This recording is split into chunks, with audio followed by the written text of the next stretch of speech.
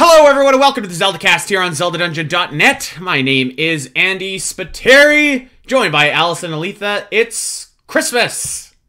It's almost Christmas. It's almost Christmas. It's so close. That beard is... It looks like a problem, Andy.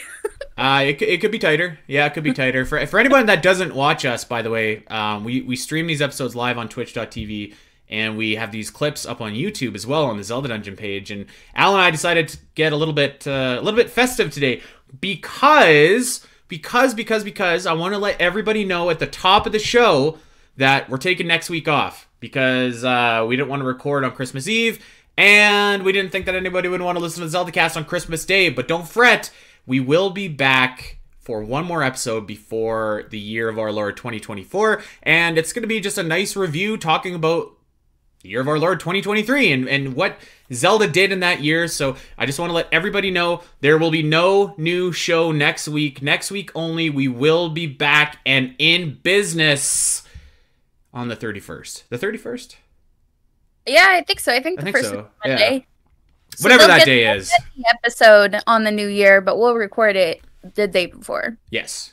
Yes, that is correct. Well, I guess so. This is our last episode of the year, then, technically speaking. Is that right? Unless you watch us on the 31st. That's right. I got Santa hair in my mouth. This is gross. Gross. All right, let's.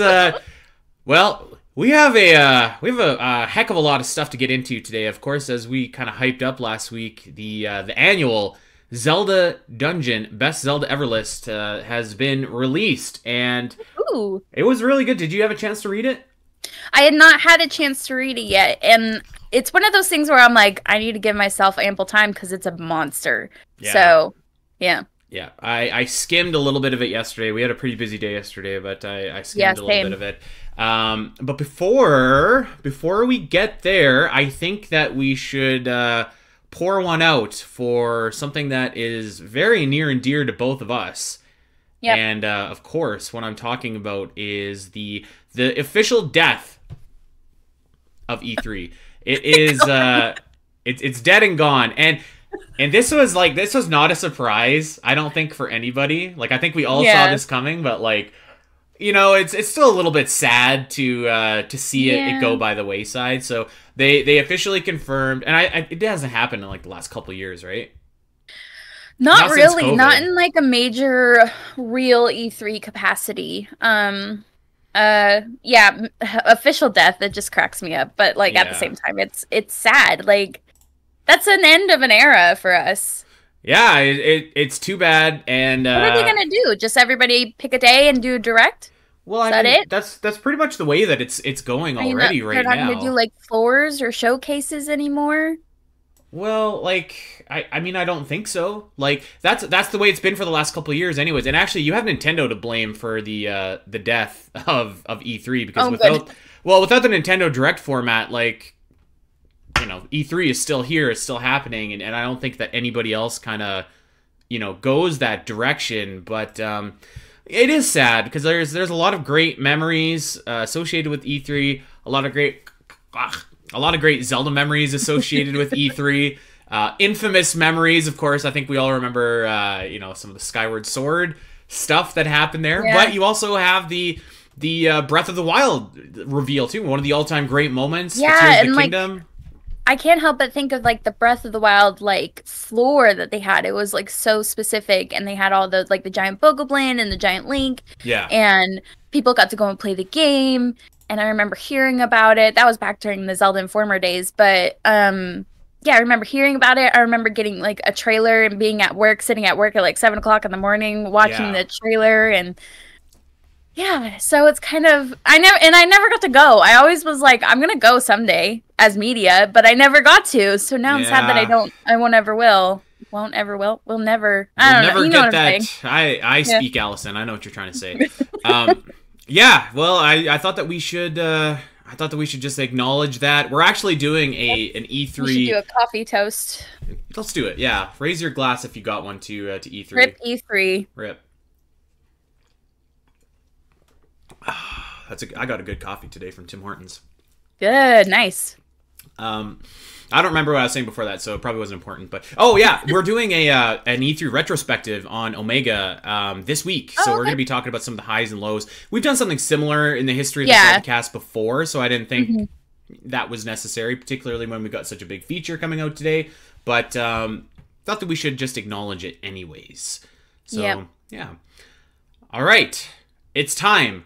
Best Zelda ever 2023. Wow. Will you allow me here for a second, Al, to indulge myself just with a little spiel for a second? Okay. Well, I wanted to say, so this year, as a lot of people may or may not know, I was the editor-in-chief of Zelda Dungeon for 6 awesome years, from 2017 to 2023. And in 2023, I actually, on the day that Tears of the Kingdom came out, it was just a little bit too much, so I said, you know what, I'm gonna step down, and I think it's time for someone else to maybe run with this and take care of the writing team and lead that charge and everything like that. And so I haven't been involved in the writing side, just the podcast side since that time. And I bring this up because Best Zelda Ever was it was something that kind of existed before, but not in the way that we know it now. And it was like kind of like a baby of mine. Like I thought that it would be a cool idea, and the format was something that I wanted to try. And and I remember being very, very proud of the first Best Zelda Ever that we did in 2017. And then subsequent years, I felt like they were all like really, really great. And it kind of, I'm bringing this up to one, say like it was kind of, it was almost weird a little bit, and it made me feel a little bit sad in a way to like not be more involved with Best Zelda Ever this year. That being said, it is and you know this, Al, it is a mammoth article, by far the biggest article that we write all year, and it takes multiple editors multiple hours in order to get it to where it needs to be in order to go out to the public. So that being said, I was a little bit like bittersweet seeing this, but I read it and I was so impressed, and I guess I was just like really proud at the way that it turned out, and like really like it's a good feeling to like something that you started when you leave, because eventually we all leave Zelda Dungeon, eventually. Right. And to see that kind of continue and live beyond, and not only live beyond, but like improve, I thought that that Rod, so Rod Lloyd is the editor-in-chief of Zelda Dungeon now, and we've been partners forever. And I thought he did such a good job, like such a good job with it. And not just Rod, of course. Like I know that Judy helped him edit, and David Lasby and Heather and Alex and all of our great copy editor team. But this really was like, I think, a Rod Lloyd spearhead production here, and I thought that it turned out great. I never doubted that it would, but just, you know what I mean? Like just seeing it, like it made me feel like sad, but also like really proud, Yeah, I hear you. It's like a legacy, It's something that you get to leave behind that other people get to kind of take hold of and continue with. And just looking, like I said, I hadn't read it yet, but just looking at it and going down the list, and I could see that the formatting's the same, that he really kept to like the statistics too, which was always a cool part. Each game says like who has the, like it had the highest rank on somebody's list or lowest rank on somebody, what it was ranked last year, the average people that played it, etc., which I think is like a cool part of this feature, not just, the list itself or what people thought of these games. Yeah. So, yeah, it's like a massive list. I highly recommend anybody to go check it out, see where your favorite Zelda game ranks. We're going to talk about them today, and I'm sure our own lists, where these games like placed on our own lists and compare. Yeah, definitely. So, Al, I'm gonna reset my camera. Do you want to explain to everybody how Best Zelda Ever works? Yes, well, ish. I'll do my best. So basically, this used to be part of just like the writing staff would submit like their lists of Best Zelda Ever. It was all the main core Zelda games plus a couple spin-offs, I believe.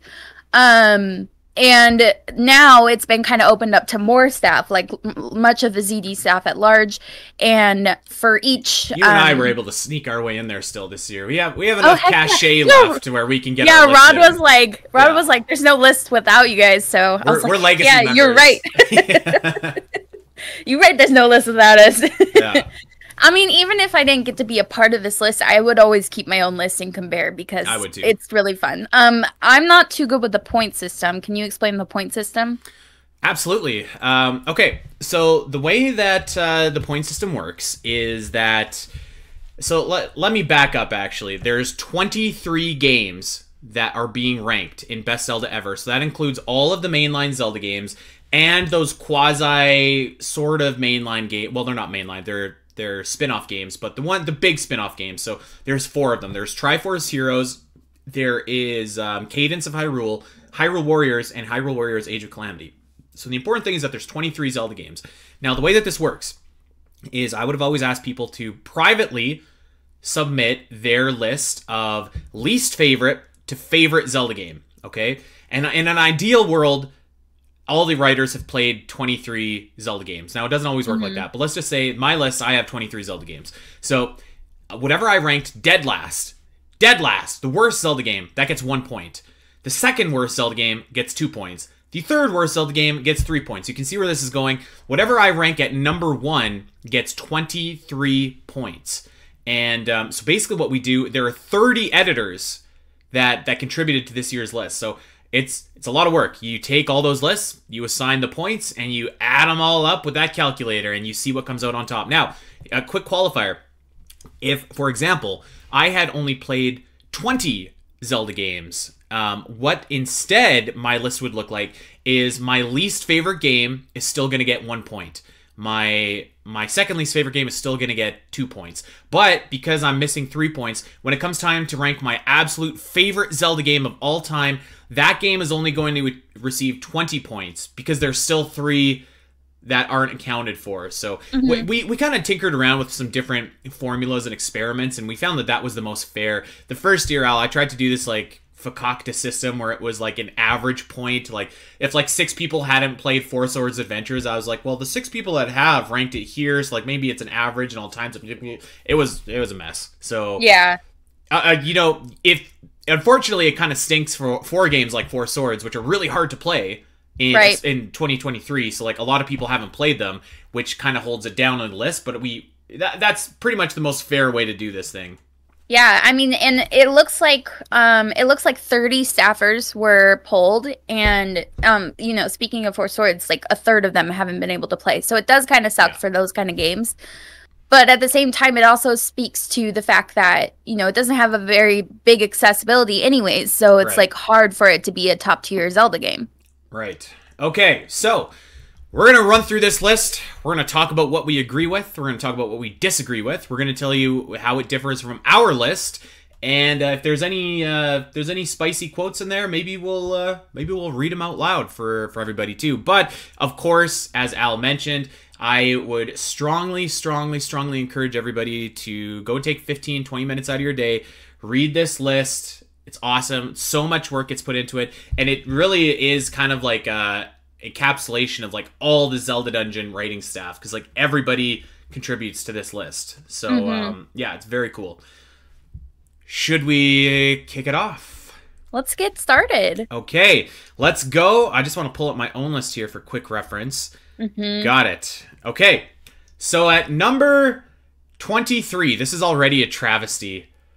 Four Swords, The Legend of Zelda, Four Swords. Now, I want to be very clear. This is Four Swords, not Four Swords Adventure. So, as we all know, Four Swords was packaged with A Link to the Past on the Game Boy Advance in 2002. Very hard to play. Actually, pretty much nigh impossible to play. Unless you got Four Swords Anniversary Edition, which was only available for the 3DS eShop for like 9 months, something like that. I don't know. I know I missed it, which is like a huge bummer. I've had to come to terms with like I have a very collector's heart, and I try really hard to collect like all things of the thing I want, which I've managed with Amiibo. That's not too bad. But like stuff like this, where I was like, I want to have every single Zelda game, I missed out on Four Swords. It didn't happen for me, which is like a bummer, because like if I would have loved to get the Anniversary Edition. Yeah, me too. And actually, in fact, I had the Anniversary Edition. However, I broke my 3DS and I had to get a new 3DS. So it was just like, well, there's no other way to download it because it doesn't exist anymore. So yeah, that's it kind of stinks. Like you can get this game through the crime store, but we would never recommend that on the show. Right. So obviously the biggest downfall for this game, as you might imagine, is a third of the writers, a third of the 30 people haven't played it. And right. so, and let's be honest too, like Four Swords is fun, but it's easily surpassed by Four Swords Adventures. So the people that had played it, I have to imagine, aren't ranking it like super, super high. No, and I mean I played it in the past with a friend, but I don't really remember that, but I mostly played it at the marathon. And from what I remember, it is fun, but it's not quite like as fun as Four Sword Adventures. So I don't know where you put it on your list, but it's not. It's like third from the bottom on my list, number 21. I'm actually, like, as we were speaking, I copied my list, but there wasn't, like, the numbers beside them, so I'm, like, really quickly editing it so I could just quickly, like, see where everything is so I don't have to, like, count as I'm going down. So give me 1 second here. I'll tell you exactly where I put on my list. But, I mean, it wasn't, like, super high on my list either, but you might be wondering why I said that it was a travesty that this list is starting off like that. You think something else deserves the bottom slot. You damn right. Okay. I agree, but not the same game. So don't do that to me, Al. Don't do it. I'm gonna give you some coal. So I had Four Swords at God damn, I just edited my whole thing and now it changed all the hard work that I put in.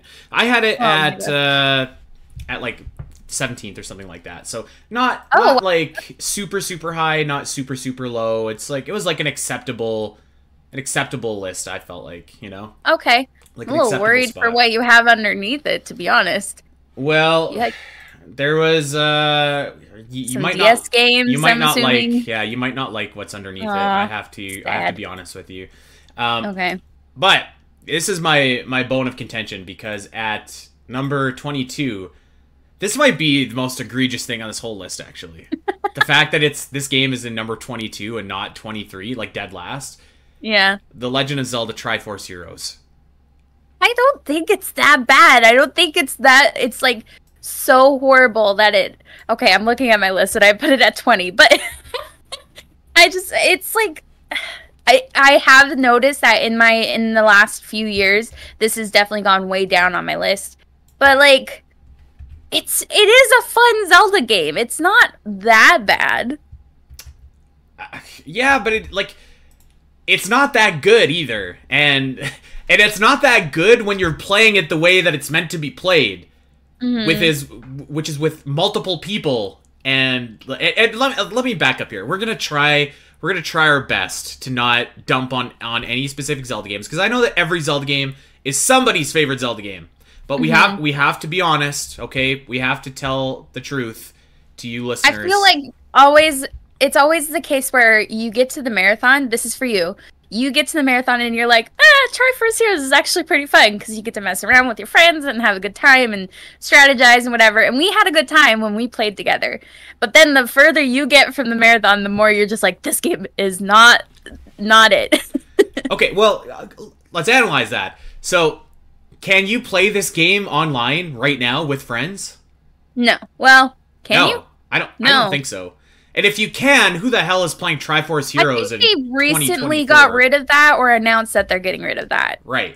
So that begs the other question of, can you play this game solo? It's unplayable. It's pretty bad solo. It's horrible. It is a... I mean, you can, but it's not good. You know what this is? This is a desecration of the Zelda name. A desecration. It's not that bad. Of the quality Zelda name that this game had. And not only is it unplayable, but like the gimmick is horrible. There's like these lame costumes. There's like some pretty epic boss fights though. The fidget spinner is fun, I'll give you that. I hate the fidget spinner. We're not talking about Prismantis, but I mean like the Hinox, the lady, there's the Freezy Snake, I forget what its name, Blizzard or something. But there's some like really cool boss fights and like some teamwork that you have to use, and I do think that a lot of the puzzles are fun, especially later into the game, which is hard to get without playing with friends, you know. So I do think that there's like some redeeming qualities of Triforce Heroes, but I did rank it very low on my list because there are a lot more better Zelda games. Where did you rank it? Number 20. Do you want to guess where I ranked it? Number 23. You damn right. And if I could rank it lower, I would. Let's move on. I could remove it from the list, I would. You know what's actually funny, looking at this list, is that there is an equal number of people that have not played Triforce Heroes as have not played Four Swords. Oh, that's crazy. Yeah. By the way, everybody, buckle in, because this is going to be a long show. We have a lot of games to get through. So let's keep going here. This should make you happy, Al. Next entry on the list, number 21, The Adventure of Link. Where did you rank this on your list? Don't tell me, because I already know. Yeah, where is it, Andy? It's the same spot the Triforce Heroes is on mine. Yeah. It's fine that Adventure Link is this low, and listen, I think I say this every time we talk about my dislike of this game. I understand it. I respect it. I understand a lot of people really like it, and I think that's really cool for you. It's just not my cup of tea.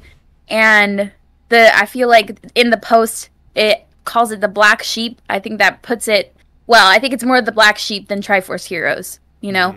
It's a desecration. I'm not going to disrespect it that bad, but like, I agree. It wasn't the right direction for the Zelda series, and I think Nintendo knew that, and they dialed it back. So, yeah. I want to back up just one last thing about Triforce Heroes. This is a great quote from our pal Sean. Triforce Heroes is a victim of two crucial decisions by Nintendo. First, Nintendo made the decision to try and make Triforce Heroes playable for solo players, which was a complete disaster, and one that is in complete conflict with the best way to play this game. I think that's pretty apropos. Back to Adventure of Link. I mean, I understand why people rank it low on their list, and I'm not going to pretend like I have it ranked super high on mine either. It's number 19. It's a tough game to play, and it's like I'm going to paraphrase here what Rod said in his write-up of the game here, where like it's a game of its time, right? Like a lot of NES games were very demanding, very difficult, very like they shared a lot of like similarities with Zelda 2, but like I feel like the truly great NES games like Zelda, like Metroid, like Mega Man, like those games are kind of able to transcend that a little bit and like still be fun, still be enjoyable to modern players. I mean, like they're never going to be quite the same as like when they were first released, but like yeah, Adventure of Link I feel like really just doesn't like it was a product of its time, and like there's no reason to remake it. There's no reason to do anything updating with it. So like I think it's just going to kind of stay like that. It's probably always destined to be, you know, a little bit lower on this list, which is too bad. But I mean, I get it. So I get it too. I'm fine with this. Let's move on to our first spin-off of the list here, and the greatest spin-off in my humble opinion, but it's ranked the lowest, and that is Cadence of Hyrule. And it's ranked at number 20, and I actually ranked Cadence of Hyrule at number 13 on my list. Oh, wow. It's pretty high. I put it at 18. So I think it's a really fun game, and I think it's a really fun premise. But me personally, like I've said many times on the show before, I'm not really great with music. I'm not really good with like beats and stuff. So I find the beat mechanic a little difficult. And then I remember we played the one with the mask, Symphony of the Mask, I think. And that one was really difficult for me. That was like on a harder level. And so I remember thinking, wow, this is like really rough. I think the story's good. I like the art. I like the sprites. I like the gimmick. It's just I'm not good at the gimmick. So I'm not really surprised to see it ranked a bit low, because I do think it takes a certain player to really enjoy it. I agree. I agree verbatim with that. Like I think if you get it, then it's really fun. And like if you're kind of rhythmically inclined, then it's really fun. But if you don't, it's not going to work. And like the game can be frustrating as well, because it's like it's all randomly generated, so there's no there's not that like aha when you figure something out in Zelda, Right. which is also missing. But like I really liked it, and I think that the DLC was also like really strong. I mean, the game, you know, it is what it is. It's not winning any story points. It's not winning any like best dungeon ever points. But you know, it's got groovy music, and I think it's fun. I get it though. This is one I understand. Is this the one where it was like Synth was a boss fight? I do remember that boss Yeah. fight being sick. So I started playing. Speaking of synth and Rova, I started playing Hotline Miami again last night. I don't know what that is. You should play it. You should play it. Okay. It's very violent though. Maybe Oh. maybe don't play it if you're feeling festive. All right, let's move on. Hyrule Warriors is next at number 19. I actually had this at number 22. I don't like this adventure very much, to be honest. I really don't. It's just I think it's like significantly worse than Age of Calamity, actually. And I should preface, like, of all the Zelda games, like, I beat the game, but I can't say that I poured a lot of time into it. Like, there's certainly a lot more for me if I ever went back to, like, go and do. So, like, maybe that's unfair of me to say that I think it's a second worst game, but it's just, like, it's just the same stuff over and over and over, and it's, like, there's no purpose, there's no... You've got, like, these kind of cool Soul Calibur characters that show up, but, like, who are they really? You know? It's just... I think that those Warrior-style games just really just aren't my cup of tea, you know? Yeah. I'm looking at my lists from the past. I used to rank this game so high. It came out in 2014, I think. Yeah. I remember getting it, like, as soon as I got out of the military. And, I really enjoyed it, but as time has gone on, it's fallen more and more on my list because I don't have any inclination to replay it. I don't have any inclination to, and you guys know me, I like grinding games, but this is not the kind of grinding game that I enjoy, so, like, 100% is, like, ridiculous and bonkers in this game. The hack and slash is a lot of fun, and the story's good, like, it's decent, and, but at the same time, it's just like I don't really have an inclination to replay it for those things. Yeah. And so as the years go by, this has gone like super down my list. It's number 16 right now, and I think I used to have it like high, like top 10. Yeah, it used to be like I remember the first year you had, I was just like, geez, this is... Yeah, like are you number sure 5 this is right? Hold on, let me go back. 2017, Hyrule Warriors was... Oh, not 2017. 2018, because we didn't have it in 2017. Yeah, I don't think we ranked it in 2017. Or 18. Okay, 2019, Hyrule Warriors, number 5. I used to have it really high. Yeah. Wow. Because I liked it a lot. I like the art style. I like that they kept adding characters. I like that there's, like, so many characters that you could choose from, and they're all so different. I like that I could play with my brother. It was something my brother and I played a lot together. But yeah, as the years gone by and I haven't touched it, it's gone downhill. Especially after Age of Calamity came out. Well, I'm interested to see where this next one falls on your list. Speaking of games that go downhill, Al, because at number 18, we have The Legend of Zelda Phantom Hourglass, aka one of those DS Zeldas.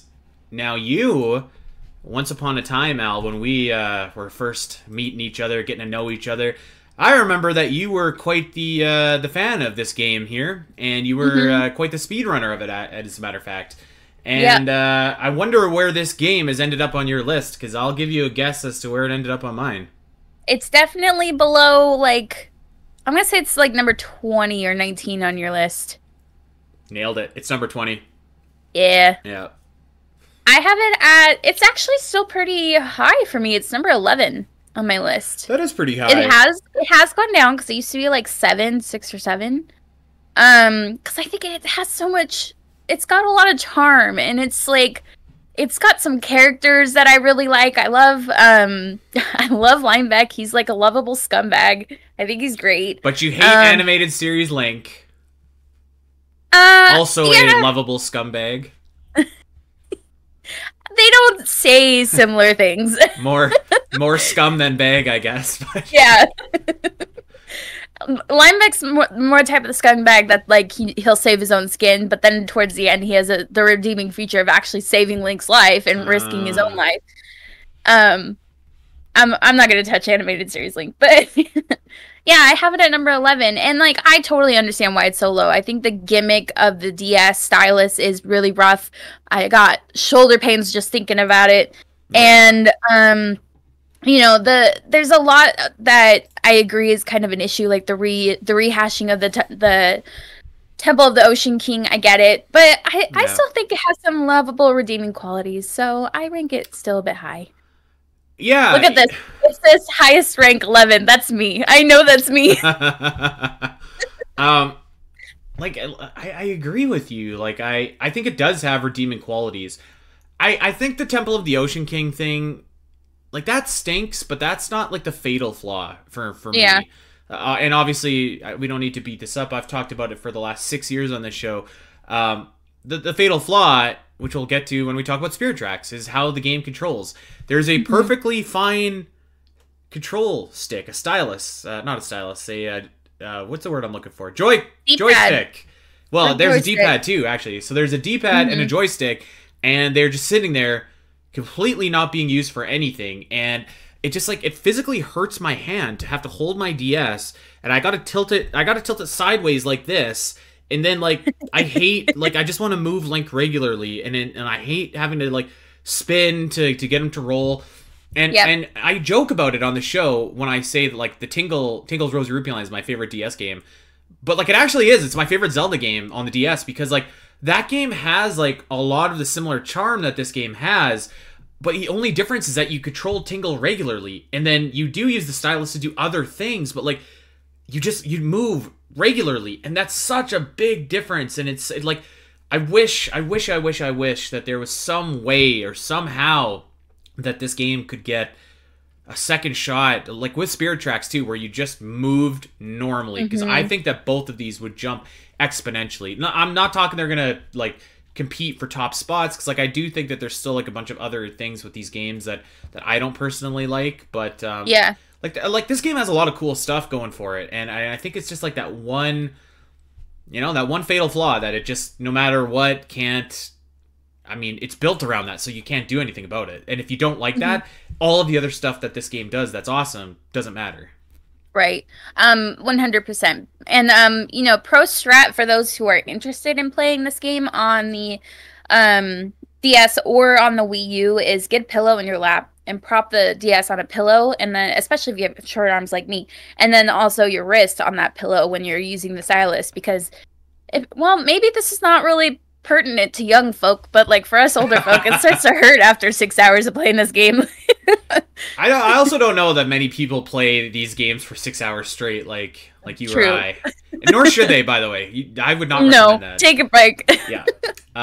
Okay, let's go on to number 17. This makes me a little bit sad, actually, and it always does every year. Four Swords Adventures. Now, I ranked Four Swords Adventures. Are you ready for this?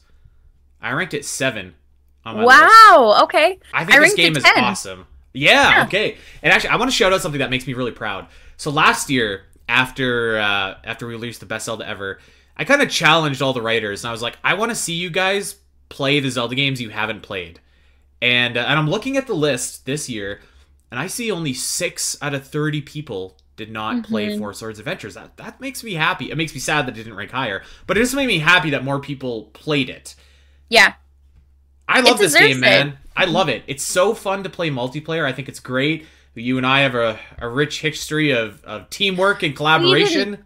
We didn't do too good this year because we had to play it at 4:30 in the morning, and then we were like, yeah, let's stay up. And then by 2 o'clock, we were dying. Actually, let me correct you, because that was the problem. We actually did too well because we were so tired that we actually just kind of got it together. Well, that's what I mean, is like we didn't have as much fun and mess with each other. We were both like... We played really well. I was just like, Andy, I'm not dealing... I like looked at you and I was so serious. I was like, I'm not dealing with this BS today. I need to go to bed. We're getting this done. Yeah, usually I ignore that, but Al had the look in her eyes. I think this was shortly after the chicken wing show too, so I was like, okay, I don't remember. Don't mess with Al.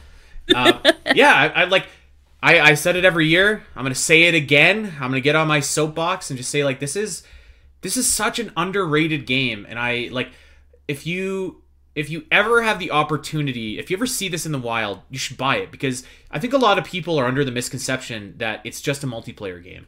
And it's not. It's a really fun single player game, and like changing your items and switching between the links, I'll grant you that it can be somewhat clunky, but it's worlds better than Triforce Heroes. Worlds better than Triforce Heroes. Like, not even in the same league. And there's like so many cool puzzles that you can do, like by switching between all like the 4 links, and like it's a blast to play. And of course, like when you're playing with friends, the way that it's meant to be played, granted, you need like a million gizmos and goobers and gimmicks in order to actually get there. But like if you ever have an opportunity to do that, it's so awesome, man. If you've never taken like you've never picked up Allison and thrown her into the spotlight in the sneaking into Hyrule Castle level, like you really haven't lived. Oh my god. It's a great time. I wish it was higher. I get it. I get it. There's a great line in here though from Rod that I just want to echo. And he says, and I said the same thing for years, it's like, this game I think would be higher if it was more accessible. Because it's really, it's like, it's just stranded. It's stranded on the GameCube. And, you know, we've seen Paper Mario come out. It's coming out this year, or 2024 rather. We've seen some other, like Pikmin, that has also been freed from the GameCube. So maybe there's a world or a chance for this game. I always thought that this would have been the perfect game to port when Nintendo finally got their act together and gave us like online services, but alas. Too bad. All right, let's move on. Number 16, Hyrule Warriors Age of Calamity. And I'm pretty much on par with this. I had this ranked at number 17 on my list. Okay.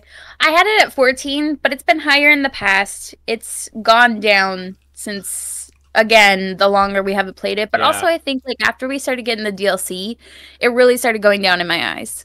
That DLC stunk. Actually, somebody said something along the lines in this article. I think it was Judy who said that the DLC, rather than helped it, actually hurt it for a lot of writers. I completely agree with that because that DLC just stunk. I think it had some stuff in it, the DLC, that was cool. Like Zelda being able to be on the Master Cycle Zero as a weapon. Cool. Yeah, that was cool. We didn't see the Guardian coming out of nowhere being a playable like kind of thing. Yeah, that was one of the things that surprise, or is that just like a surprise for the sake of surprise? I don't know. I thought it was cool. And then we also knew that Suga was coming, but I think Suga is actually really cool as a playable character. But then there was just a bunch of other stuff that didn't really help it. And then also the bad marketing behind it really just kind of didn't set a good example for Nintendo. It was just kind of like, wrong step in the wrong direction there. So yeah, we talked about it. It's like, in a bubble, I really liked playing it, and I enjoyed my time with Age of Calamity. I'd probably never play it again, and it just kind of leaves a bad taste in your mouth. I feel like with the way that the marketing went and like the story was supposed to be and all that kind of stuff. It kind of, and I know it didn't retcon, but it kind of felt like it was retconning what happened to the champions too. Like, yeah, a little bit. You know, we like kind of faced the fact that they were gone, and then all of a sudden they're fine and everybody is fine and time travel saved all, and it's just one of those things where it's like, ugh, I don't like time travel saving all. And like it's never acknowledged anywhere again either. And like I get it, it's a spin-off, but they didn't market it as a spin-off. They marketed it as what happened before Breath of the Wild. So I think a lot of people had very realistic expectations that this would be a canon game, and it wasn't. And I think I think that's responsible for its I think one placement. Of the strengths that it had for sure was Zelda. Like Zelda as a character, getting to see her like grow through this journey, even though it wasn't the actual journey that she went through. But I feel like her growth was what saved her as a character from me. Like I didn't like her before. I mean, I wouldn't say I hated her, but like I didn't have fond connections to Zelda until this game came out, and then I was like, oh, okay, I understand her a lot more. So I think that was a strength it had, but not that big a strength. Let's move on. 15, Legend of Zelda Spirit Tracks. Hey! Well, I ranked this one actually at 21, unfortunately, for Spirit Tracks. You need to replay it. I do need to replay it. I think I'm on year 4 of saying I'm going to replay it pretty quickly here, but I just, like... I just don't want to, you know, like what we talked about earlier with the controls. It's like you have to fight the controls to play this game. You have to fight the frickin' flute in order to get it to play what you actually want. And it's just like I'm not interested. And like the rest of this game isn't like a big enough draw for me to like put that all aside. You know what I mean? Yeah. Like I think that the story's fine. I think that the train gimmick is fine. I don't know, like the villains they're fine. You know, the dungeons I think are fine. Like, you know what I mean? Like everything's fine. It's just that it's really ruined by this crazy control scheme that they have. Yeah. I had Spirit Tracks at 9. I hadn't played it until last year, I think, right? I think you played it last year in 2021. Yeah, whichever year. And I remember that I was like instantly like, oh, I'm so glad I finally played this. It's much better than Phantom Hourglass. And I agree with you, like the stylus is not great. The flute is really cool as a concept, but also not great. I think that Josh actually helped me kind of fix my flute problems this last year at the marathon. Told me I wasn't holding my notes long enough, so once I did, I think I did a lot better than the year before. My only problem with Spirit Tracks is that I play it at the marathon, and it does feel like it gets to a point it feels like a slog. I definitely would recommend just playing this in little bits, because otherwise it's really good. Zelda is so cute and charming as your little companion, and the some of the boss fights are really cool and interesting, and I like some of the puzzles in the dungeons. It has, in my opinion, one of the best ice dungeons, because I don't really like ice dungeons, but it's my favorite dungeon in that game. So yeah, I think it's actually really good. Was it this year or last year that I sat with you and watched you play for not all of it, but like most of it? Yeah. Because this year we had teams playing. Last year I was supposed to play against Ashton, but Ashton that's right. Yeah. had slight issues as per usual for poor Ashton. And you just kind of sat with me while I played by myself. That's right. That's probably as close as I'm getting to replaying Spirit Tracks anytime soon, for being honest. Let's move on. Let's talk about number 14, The Legend of Zelda, the original Legend of Zelda. This game, for me, Al, had a massive jump on my list this year. I think regularly I'd been ranking it. Yeah. Yeah. So I had it like in and around this spot, actually, usually in my list. Like 14, 13, somewhere around there. I had it at number 8 this year. And so I was told, it's like, hey, you're playing Zelda at the marathon. Because I was just like, I don't care. I don't care about winning. Give me whatever nobody else wants to play. So they're like, you're playing Zelda. And I was like, okay. And just going through this game and like playing with Goo, playing with Adriel, playing with everybody that played this year, like I kind of had like a newfound like appreciation for it, and like just a respect for it, and like I always did, but like I was also just like, damn, this is like really fun. Like if once you kind of like get in the groove and like you're not like completely lost, like you have some kind of idea about where you want to go, like I think it's a really fun game. Now I get it. Obviously, it's a game of its time. It's 37 years old now, so it's certainly not for everybody, but for at least for me this year, it jumped up my list for sure. Okay, fair enough. I always feel bad every time we talk about Legend of Zelda on this list, because it's always second to last on my list, and it's not out of like disrespect. I respect like where our Zelda series came from, and it's from this game, and I think it's a fantastic stepping stone. But like you said, it's a game of its time, and I just don't care for games of that time. Like, it's just not my cup of tea. Yeah, and that's really the only thing that's kind of holding it back for me. Clearly, like, other games have been inspired by it. Like, Breath of the Wild wasn't heavily inspired by this game, and I love Breath of the Wild. So, clearly, I just like more modern games. So, I don't say it's second to last on my list because I hate it. It's not my cup of tea. Well, that's fair. I mean, it's certainly not for everybody, and it certainly, you know, is a product of its time. So I get it, but I don't know. Like I guess I would just say like play it on the Switch. Like there's a lot of like really fun. Like if you go Life of Luxury mode, like you could start off with like all these great power ups, and like you can use rewind, and like it really does make a difference if you're playing it. I couldn't sit there and recommend that. If you're iffy about it, you play it as it was originally meant to be played on like the NES, but play it on the Switch. It's a good time. Yeah. All right, let's go up here to number 13. The Legend of Zelda Oracle of Seasons. What a cute little picture this is. Huh. Cute little Subrosians. Yeah. I love this game. I had I it. like. I had it at number 11, so not too terribly like far off the mark. Mhm. Yeah, I actually I prefer this one to Oracle of Ages. Just I because do too. I like the way that the seasons look. It's such a small thing, Mhm. but like I think that it's really charming. Mhm. Played this at the marathon this year with Lulu. We did not do well. We did not finish the game. That's all right. I don't think the other team did either. I don't think. Okay. But they certainly Fair finished further than we did. Yeah, it was. I don't know. It just got like a lot of charming stuff. Like the date with Rose is fun. The season gimmick is fun. I think like yeah, it's just like a solid adventure, like a solid little compact adventure that doesn't Mhm. overstay its welcome. I think you could maybe argue in certain spots Oracle of Ages does overstay its welcome a little bit, and Yeah. and it's challenging, which I like. So yeah, this is like a solid like mid card Zelda game for me. Okay. I think that's fair. I do really enjoy Seasons and Ages. I like Seasons more, like you said, for the basically the same reason. I think the puzzles with Seasons are fun when you have to change the seasons is cool. Right.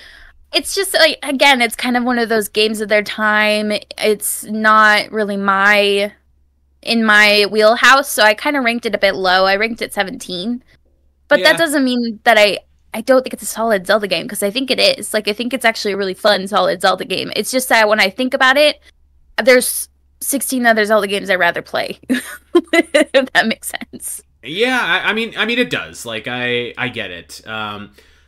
I don't really have too much more to add, other than I think at some point a remake is definitely coming, and I think that will probably. I think that would bump it I think actually. it would bump it. Not Yeah. a lot, because I mean, I think the games are what they are, but like I Right. think it would bump it. Which leads us right into number 12, of course, which is Oracle of Ages, and actually surprisingly enough, in years past, these games don't always rank right beside each other. There's been games like in between them a lot. Hmm. There have been a few years where Seasons has finished first. There's been a few years where Ages has finished first. I think historically, like Ages is one of Mossy's favorite games, so he always kind of, if he's getting in on the list, he always kind of bumps it up a little bit higher than it usually is. I had it at number 15 on my list. Okay. So a couple spots below Seasons, but you know, pretty much the exact same thing that I said about Seasons applies to Ages. The only thing that I think that Seasons has over Ages is that there's that one spot in Ages that just like grinds it to a halt where you lose all your stuff on whatever island that you get stranded on. Tokay Island? Is that Tokay what it was Island, called? yeah. Yeah, that was That's rough. tough. I remember that.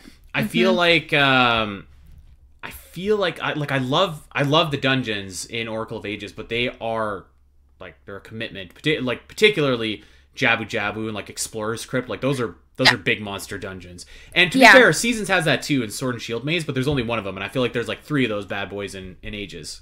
There are times where I do feel like dungeons overstay their welcome. Like even though Yeah. they're filled with awesome puzzles, it's just like, okay, this is getting a bit long though. And I did feel that with Ages, and but I do like. This is how you and I discovered that it's called the bootstrap paradox. I do like how you go back in time and you realize that you're setting forth what you're doing in the future. And so it had good puzzles that way too, Yeah. aside from the season gimmick and seasons. So there were a lot of really cool things about Ages, but again, it's not like one of those Zelda games I'm rushing to play. So I ranked it 19 on my list. All right. Let's go to number 11. This breaks my heart a little bit. It breaks my heart. But I knew it was coming because for the past 4-5 years, The Legend of Zelda Minish Cap is number 11. And this game is kind of an odd game in terms of like Zelda Dungeon, because actually I'm going to read verbatim what Rod wrote because I think he put it really well. The Legend of Zelda the Minish Cap represents the spiritual middle of the ranking, sitting on an island of its own because it's between games that earned over 300 points and those that earned over 400 points. So this game separates the merely good from the truly great. And he's right. So this game always finishes with like significantly more points than like Oracle of Ages and Seasons and the original Zelda, but it never finishes with enough to challenge any of the games that come before it. And of course, now there's a new game that's out that obviously we knew would be in the top 10. So I don't know that Minish Cap is going to get back to that level, which makes me sad because It is a little sad. I mean, I haven't ranked it number 3 on my list. I love this Yeah. game. I love this game. I feel like that makes what you said and what Rod said makes total sense though, because it's like it is a game that where if I had to choose between like Link's Awakening, the Seasons, the Ages, or Minish Cap, I think I would go Minish Cap every time because it's not just a step above, but it's like 2 steps above. But the other games are like 5 steps above. So it's kind of got an unfortunate spot, and I get it. I personally, okay, let me say this. Remember last year when I sent you my list and you immediately replied back and you were like, 18th! Minish Cap's at 18th! I thought we were going to have to cancel the Zelda cast. I honestly did.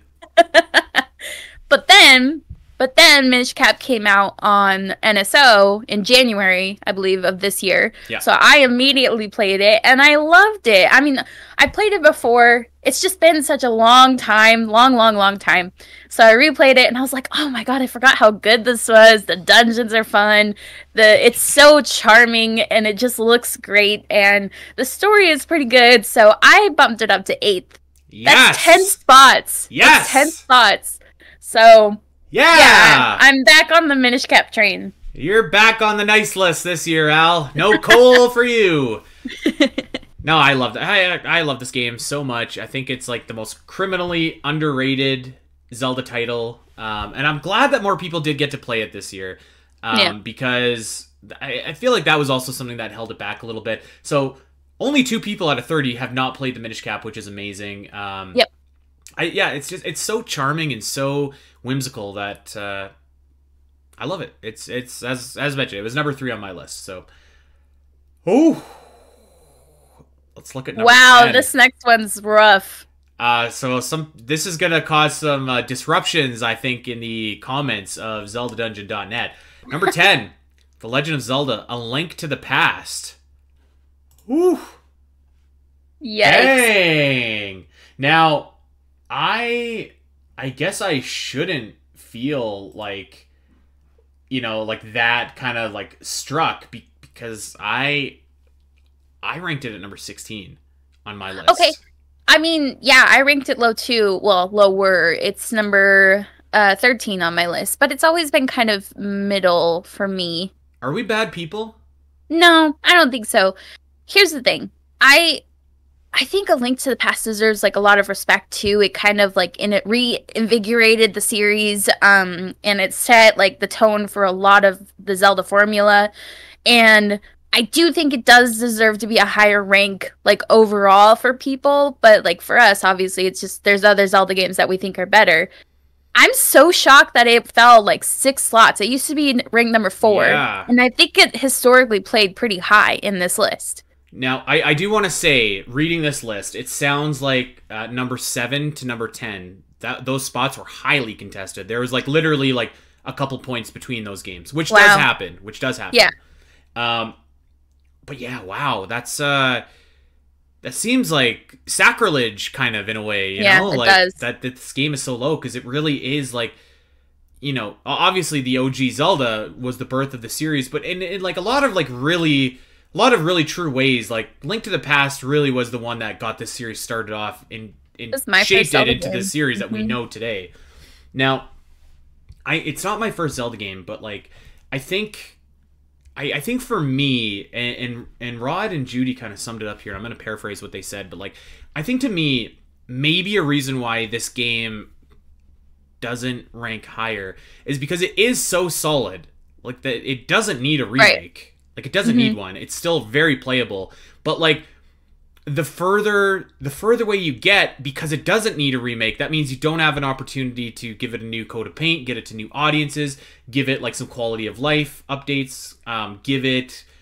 just remaster the music, do a little something with the graphics. You know what I mean? Like, I think that would probably help it go a long way, but...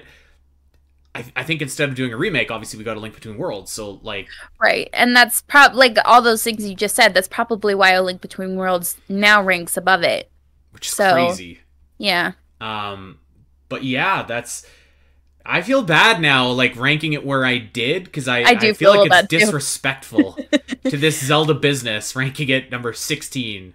on I the think we were list. talking last week. It might have been off the show, but we were talking about how maybe next year we would want to replay this game and do like a Q&A or a retrospective or something. And I think that would be, I think maybe it's time. Looking at this Yeah. ranking, I think it's time that we retouch it Honestly, ourselves. I almost started playing it the other night, like, because I'm in between games now. Actually, Al, Mhm. I know that I have a little certain something coming for Christmas, as mentioned, that we're going to cover. But I was like, I finished Castlevania, and I was like, oh, what should I play? Should I play? I don't know, one of these games that I bought and have never opened before. And I was like, no, no, no, I'll just go to see what's on the SNES app. And I was looking at that, and I was really close. I was close to playing it, Nice. Yeah. so it I will think happen. yeah, I think we're there. Maybe early next year we'll get into it. Well, at number 9, right ahead of it, is the game's spiritual sequel. That is A Link to the Past. A Link to the Past. A Link Between Worlds, rather. Not A Link to Yep. the Past. A Link Between Worlds is at number 9. I had A Link Between Worlds at number 9 on my list. Oh, wow. Okay. Yeah. That's actually higher than I thought because like before you like the game but you're like art style sucks. And like Like, I think it does kind of suck, actually, but like no, it everything else doesn't. about the game I really love. Like, I love A Link Between Worlds. It's super charming. Mhm. Like, I love, like, it's got just the right amount of like collectibles. It's got just the right. It's got like It just does. the right amount of like freedom to go do what you want, but structure to like keep you on track. Like, Yeah. I think that it's a really fantastic game. Yep. I put But it at number yeah, 6. that art style, I don't know about it, Al. I think it's beautiful. I love the vibrant colors. I think it's great. Yeah, I had a number 6 on my list. I think it deserves to be up here. I feel a little bad that it's above A Link to the Past, but I personally rank it above A Link to the Past, so Right. maybe I don't feel that bad. Um, I mean, like I said, like in a lot of ways, like this is A Link to the Past, just with like quality of life improvements and other different things. So, like, I'm not surprised. Like, I think as like the Zelda Dungeon staff keeps on turning over, and you know the old guard like us kind of Yeah. goes by the wayside. Like, I think you're gonna see like this game consistently outrank. You know, some of those other classic titles that we talked about, like A Link to the Past, particularly. So, yeah. All right, number 8, Legend of Zelda: Skyward Sword. Woo! You know, I think I've just come to terms with the fact that this game will never be loved by the Zelda community like I love it. This is my second favorite Zelda game. It's on the number 2 spot. I think that, you know, when I think of Zelda, I think of Skyward Sword. Like, it's got everything. It's got amazing dungeons. It's got amazing story. It's got amazing pacing. It's got amazing. If people are gonna scoff at that, but I think it's true. It's got amazing music. I like, and people will say this and knock against the game, and I kind of get some of it, but I also kind of don't. So like, they're gonna say that like, the game babies you and it holds your hand and blah blah blah. You know what? Okay, Fee. She does kind of ring your bell a lot and just say like, hey, like, this is an amber. Have you seen this before? It's like, yes, actually I have. But like, I really like, it kind of bothers me when people are like, oh, you just return to the same areas like over and over and over. It's like, yeah, but everything's different every single time that you go there. It's like a new exciting and people for whatever reason pick on the tad tones specifically. And damn it, those tad tones, that's fun. Swimming in Skyward Sword is great, and it's just like a fun, relaxing little thing to do. Like, I don't get it. I love it. I think it's really fun to go back. It's like, it's a very Metroid Zelda game in a lot of ways. Because it's like, Yeah. you're going back to the same area and you're digging a little bit deeper. You're doing things. You're unlocking parts you couldn't get to before. I think it's fantastic. However, I'm at peace with the fact that 7, 8, 9, that's just where this game is going to be every year. And as long as there's a few of us Skyward Sword defenders left, well, I guess that's all you can ask for. Yep. I think the more I think about it and as the years go on, the more I feel like it deserves at least to be in the top 10, and I'm okay if it's there. You know? You want to hear something sad, though? Last year it went down on my list. This year it went back up 1, which is good. So it's number 3 on my list. Okay. It used to be number 1 for a long time. The sad thing is that we had a marathon admin meeting a few weeks ago, and Mossie's was asking us if there was anything specific we wanted to play, and he came to me and he's like, "Do I put you down for Skyward Sword?" like usual? And I said, no, I think I'm done playing Skyward Sword at the marathon. You know what? I actually like I get that because like people don't realize like playing a game at the marathon is not how you should play these games. Twilight Princess is a great example. Like Yeah. that kind of bleeds into me where it's like is it my favorite Zelda game? No. Is it probably the fact that I played at the marathon for 12 hours straight that also kind of drags it down for me a little bit? Yeah, probably.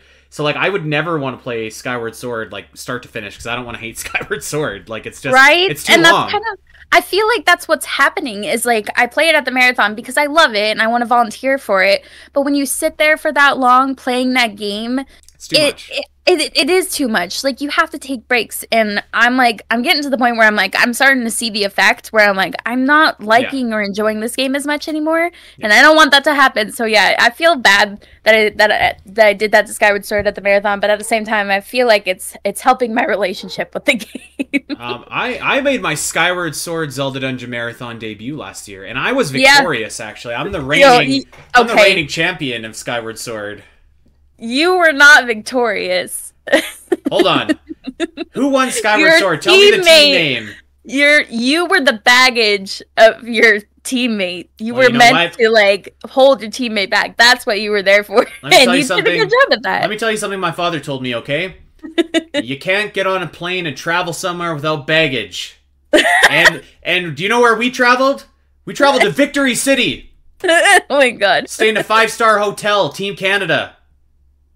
Yeah, you were really helpful to Team Canada. I will never forget being called back way earlier than they said that I was supposed to be called back and having to play the Silent Realm after sitting outside. They were like, you need to get down there right now. He's going way too fast. Yeah.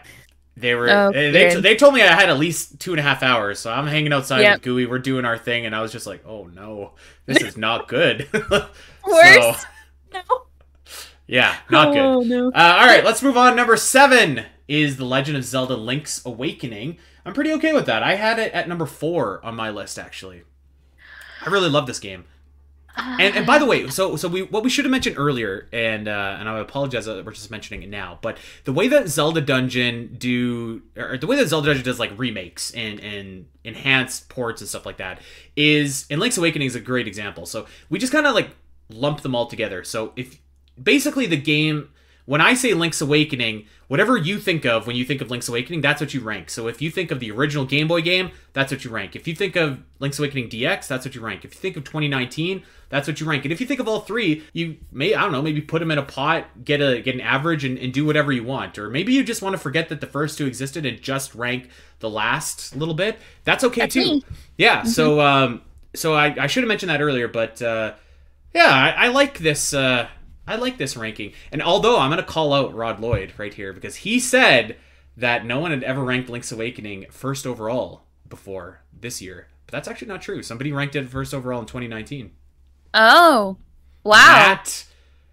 Matt, I'm so sorry, Matt. I forget your last name, but I remember you ranked Link's Awakening first overall. Okay. This is kind of one of those things where even though I think of the 2019 version of the game, it still plays like the Oracle and Season games, as in like it's still very similar in my opinion, where it's just like it's got solid dungeons, it's got solid story, it's got solid progression, but it's still not something I'm reaching out to play. So for me, it was 15. So I got like 15, and then Seasons was 17, and then Ages was 19. Golly, that's like a dagger right to my heart, Al. What? You could, like, I think Minish Cap, where I put Minish Cap should trump that. Wait, yeah, I mean, it does, but still. So Link's Awakening fell down my list a little bit last year because I hadn't played it in a little while. I played a lot of Link's Awakening this year, obviously practicing for the marathon. And I do not care about winning anything, but I have to say, I was, like, kind of impressed with myself because I killed it. I did really good. Nice. I beat like everybody by like a good half an hour in this game. Nice. And I was like, am I like a good Zelda player? Like, what's happening here? I've never considered myself a good Zelda player, but when I was done, I was like, I might actually be like the greatest Link's Awakening player of all time. So that was in there. Ashton wasn't there, I'm guessing. I don't know. She's probably stuck in a terminal somewhere waiting for her flight. Oh. Sorry, Ashton. Poor Ashton.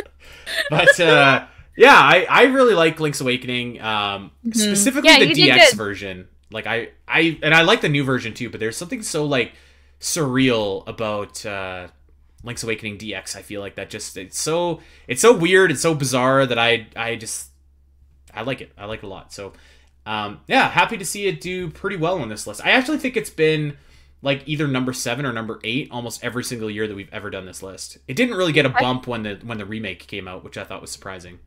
That is interesting. Let's go to number 6. How about that? The Legend of Zelda Twilight Princess. Oh, that took a fall Falling too. from Grace. It was number 3 last year and falls to number 6 this year. Wow. I'm not mad at that. I'm not You mad. know, I'm really interested because like clearly there's two games we haven't talked about, and I think those were the two most played Zelda games this year. Easily. So I feel like they really bumped out some games that were like normally really highly ranking. So this is interesting. I ranked this at number 12. It's middle of the pack for me. I love the premise of this game. I just don't enjoy playing it. So I usually consider this like a top 5 Zelda game in the series for most fans. So it's like really Right. interesting to see it this low. What's 23 divided by 2? Like I don't know. 12.5, 12. something like that. Yeah. So it wasn't quite middle of the pack for me.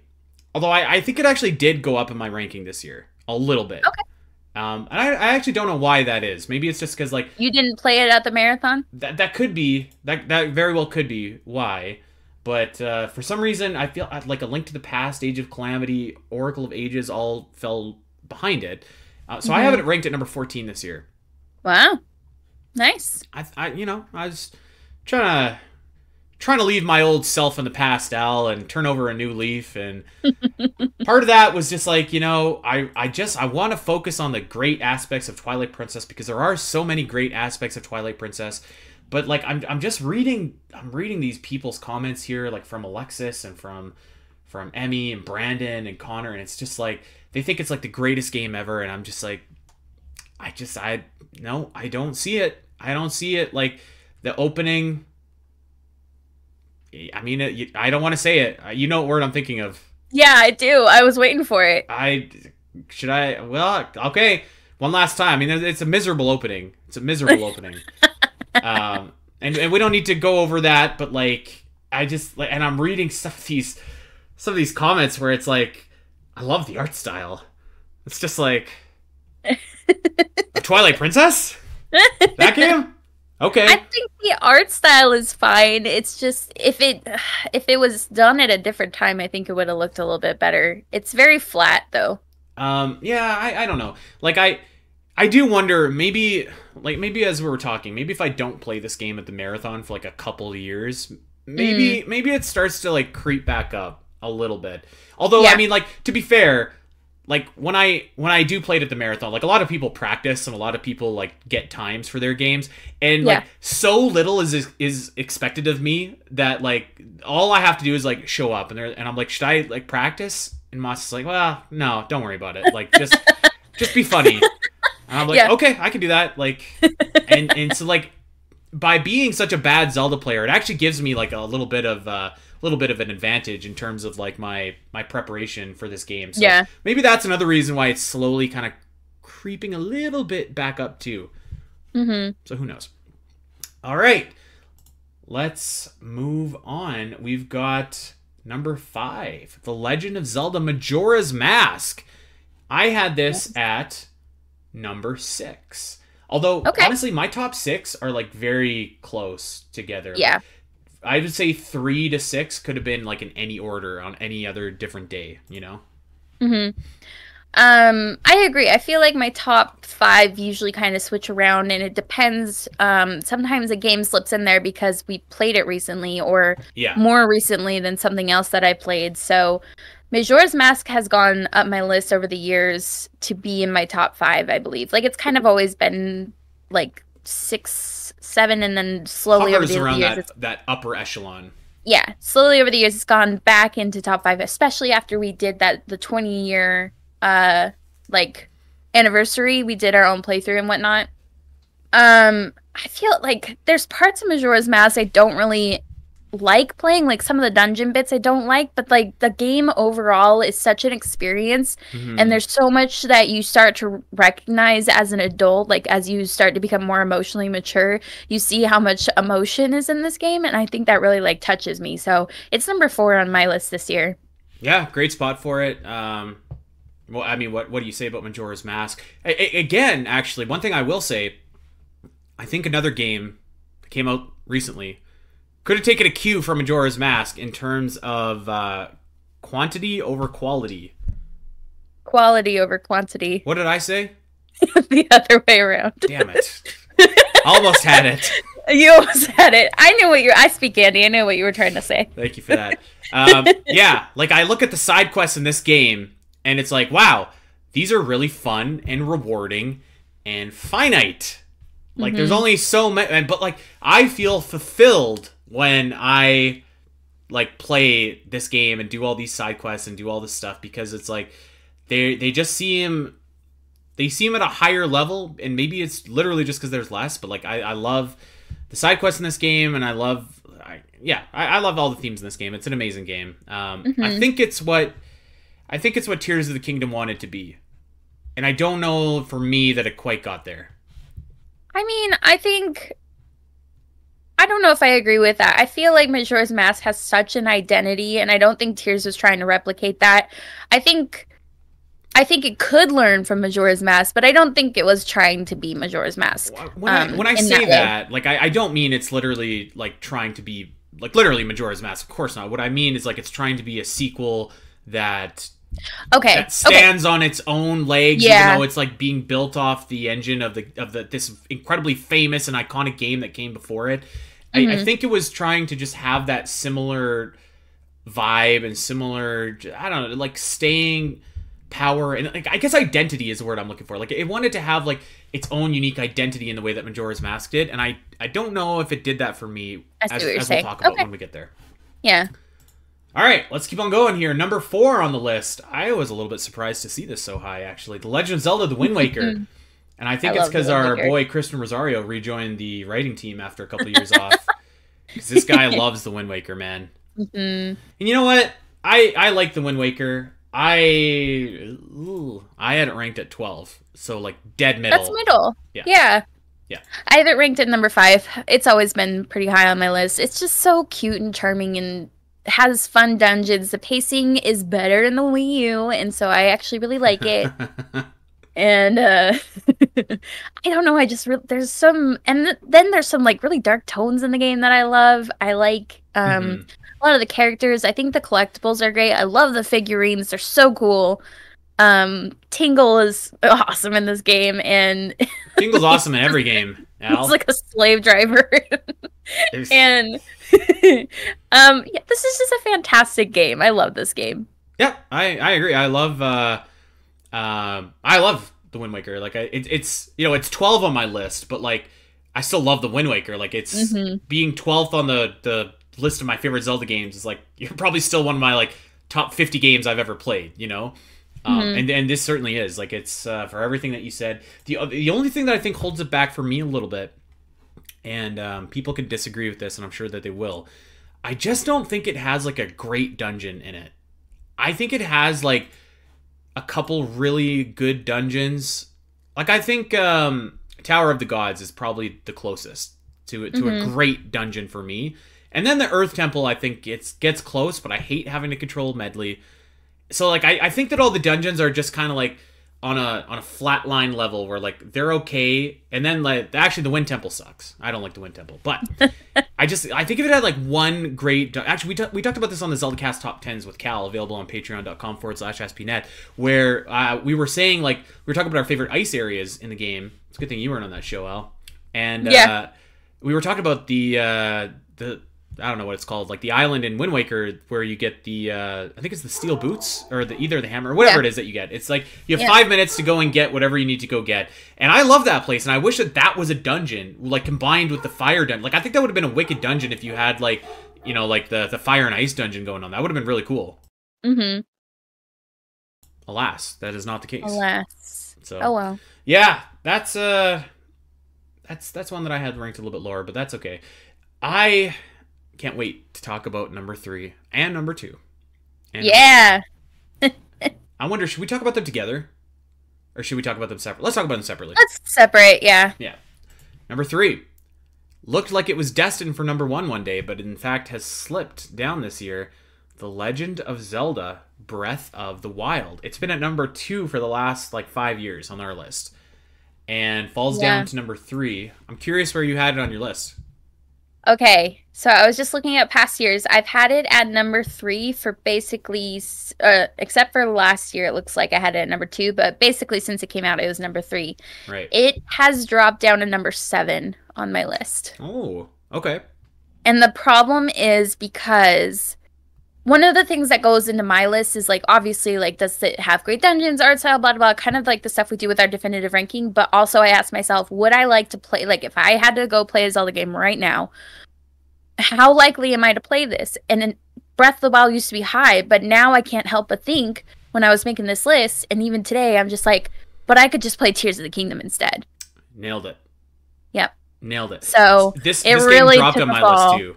But it actually didn't drop as much as it did on your list. So I have Breath of the Wild ranked at number 5, and it's been 3 or 4 consistently for the last several years on my list as well. And I think it's the curious case of Tears of the Kingdom, because I think that, should we just segue into, because I feel like you can't really talk about one without the other in a way. Yeah. So Tears of the Kingdom came in at number 2 on the list. Yeah. And obviously no surprises for what's number 1. We'll get there. But Tears of the Kingdom for me makes both Tears of the Kingdom and Breath of the Wild worse for me. Because because of what you just said. Because I like Breath of the Wild more because it was first, it was fresh, it was an experience that I had just a blast with. I've played it 2 times, but 2 times putting in I don't know how many hours. God, Lord, lots of hours. So that I'm just man, this is one of the best games I've ever played, and I still think that's true. And then so when I get to Tears of the Kingdom, it's just well, this is just Breath of the Wild. It's not doing it for me. So it kind of makes it worse, but then it makes Breath of the Wild worse too, because it's well, why would I ever play Breath of the Wild now when I have basically that game in Tears of the Kingdom, but just with more stuff. So it's curious because they kind of take away from each other to me.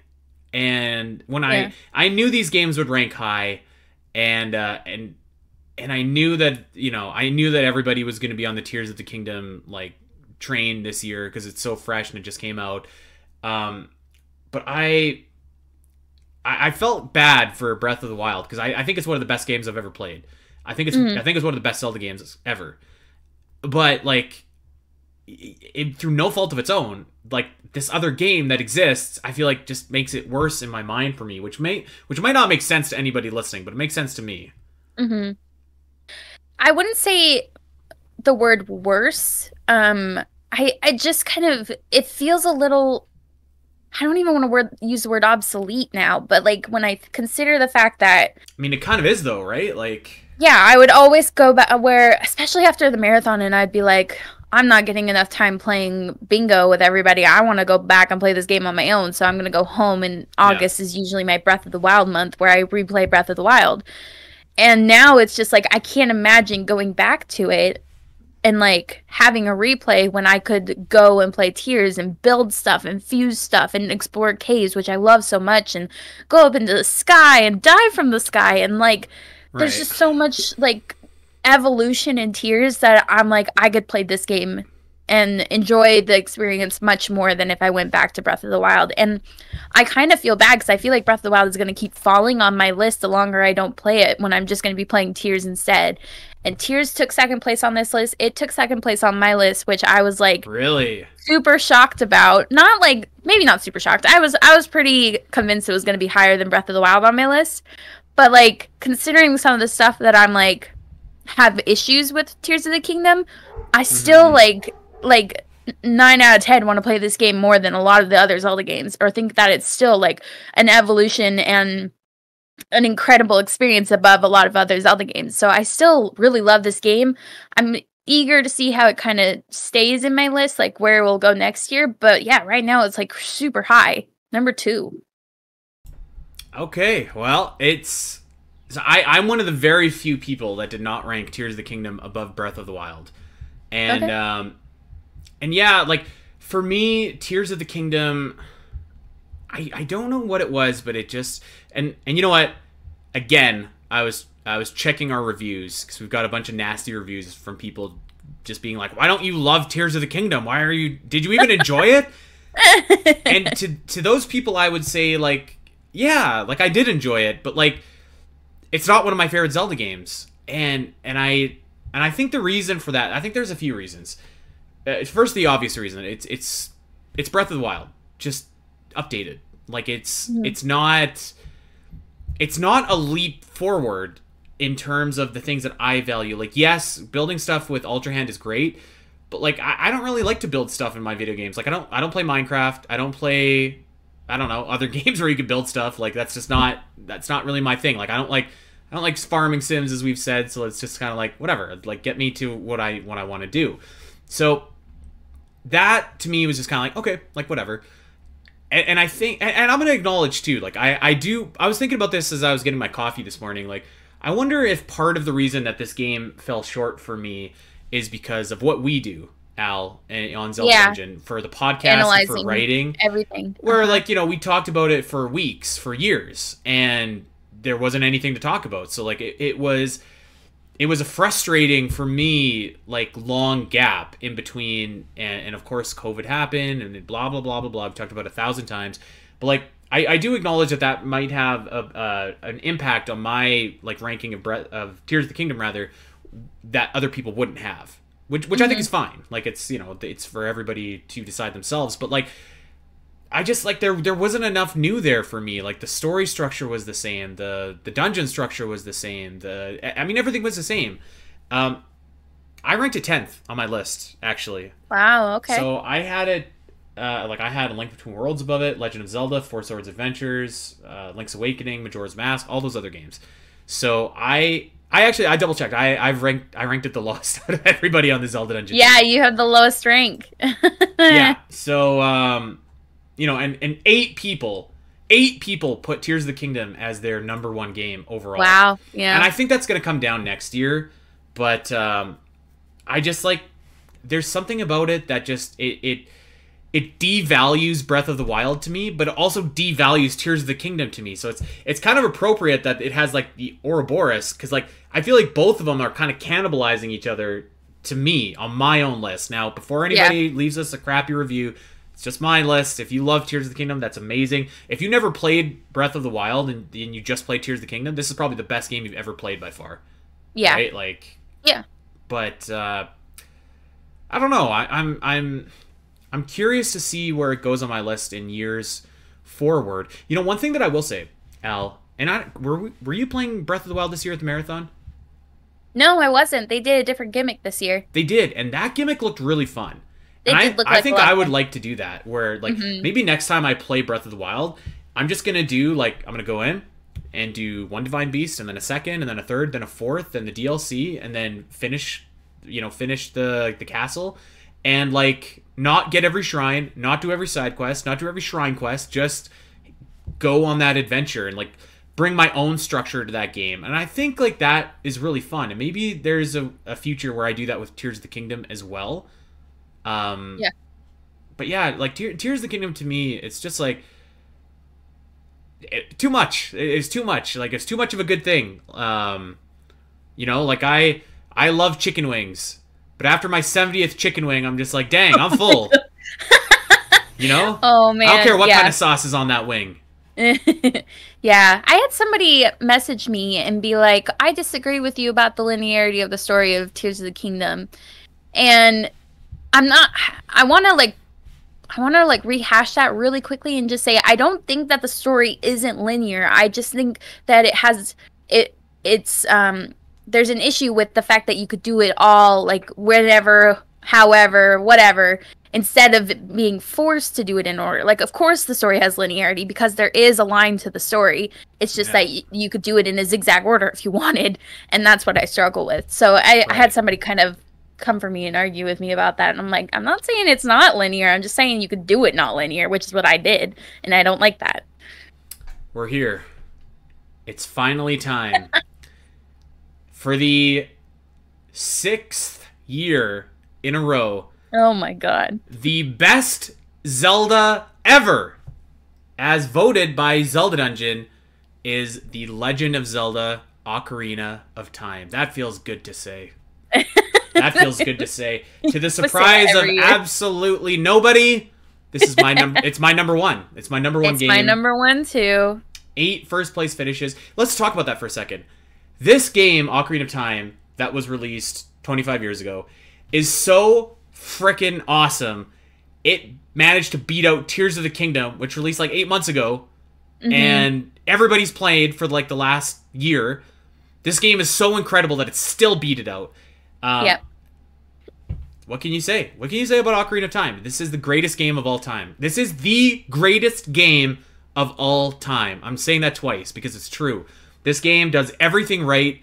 It set up so many important, not only for Zelda, for video games. Set up so many important things, became industry standards overnight. It's the greatest game of all time. It is legendary, timeless, flawless. Ocarina of Time. Ocarina of Time. I don't know what else I could add to that. I mean, it's the poster boy. I'm pretty sure I say this every year. It's the poster boy of the Zelda series. And I know some people gripe at us a little bit about loving Ocarina of Time so much, but like, how could you not? I will not apologize for that. Yeah, it's so timeless. I feel like it continues to hold up year after year.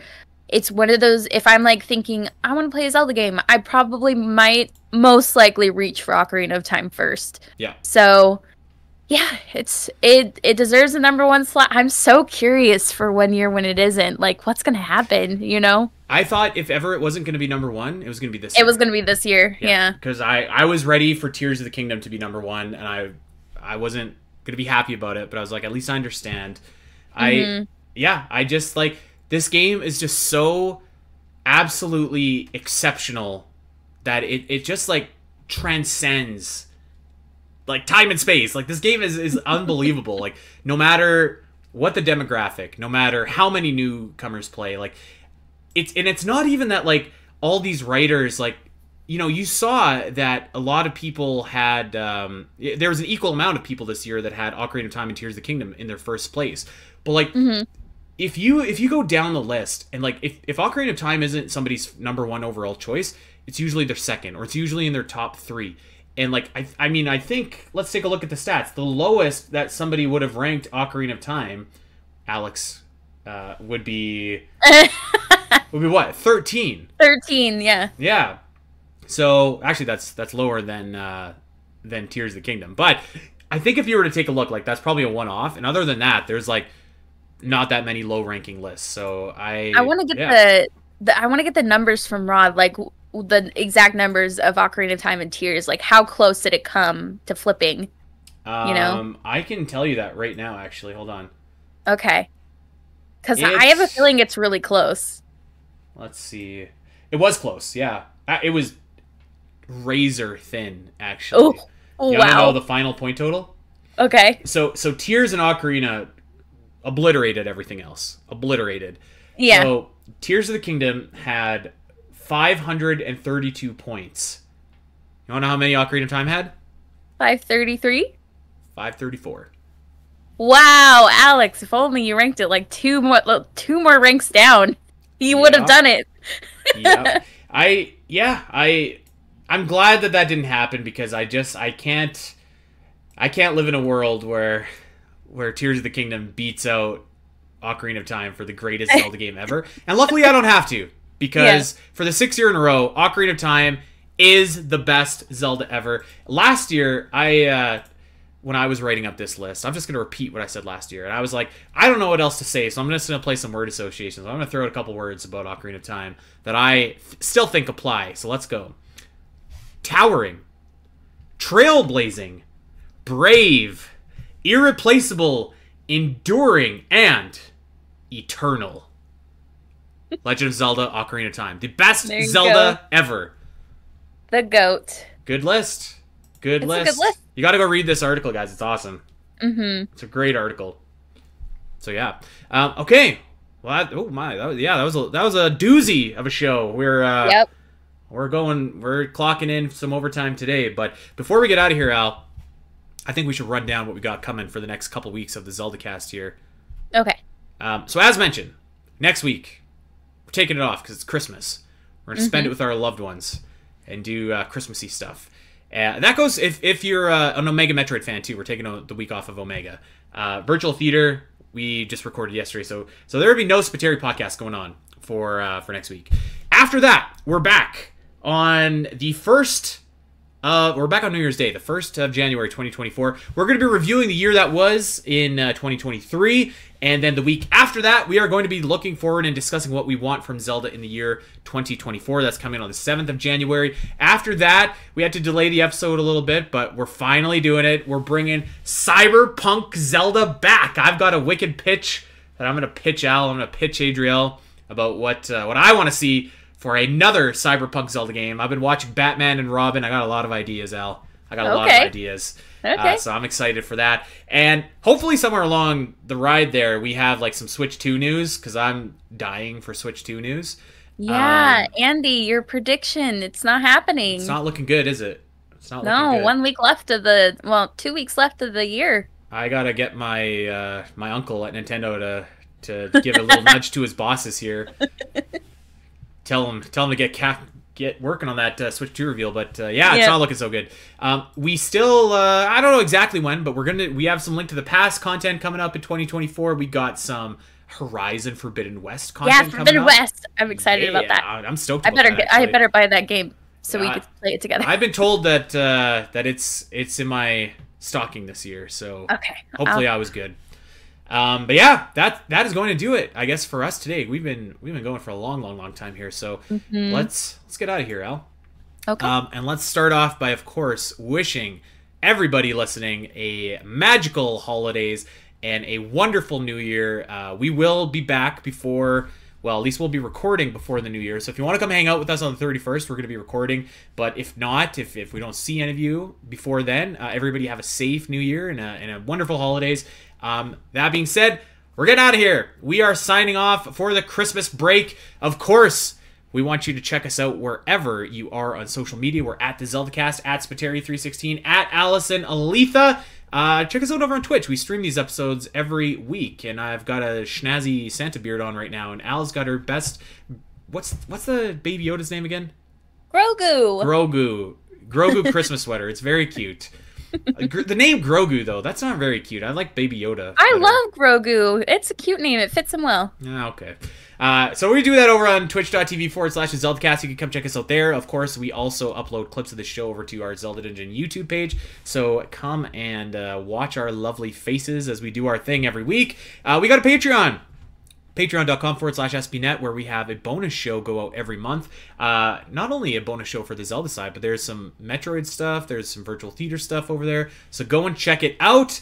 And of course, we want you to like, subscribe, rate, review, recommend, all that good stuff wherever you get your podcast. If you got a Zelda fan in your life, tell them where they can get their weekly Zelda fix. And with that, my friends, that brings us to the end of this marathon episode, but we, of course, are wishing you a wonderful holiday and a Merry Christmas, and we'll see everybody back here in 2 weeks' time. Until then, everybody, take care. Bye! Hey, everyone! If you enjoyed this clip and want to see more of the ZeldaCast, make sure to head over to your favorite podcast platform of choice and subscribe. There are over 200 episodes in the vault that will provide you with hundreds of hours of Zelda content for you to enjoy. You can listen to us when you're on a walk, fighting Ganon, trying to sleep, whatever. And if you want to see these shows as they happen, make sure to head over to twitch.tv/TheZeldaCast, where you can watch our beautiful faces talk about Zelda every single week. Don't miss out, and we'll see you next time.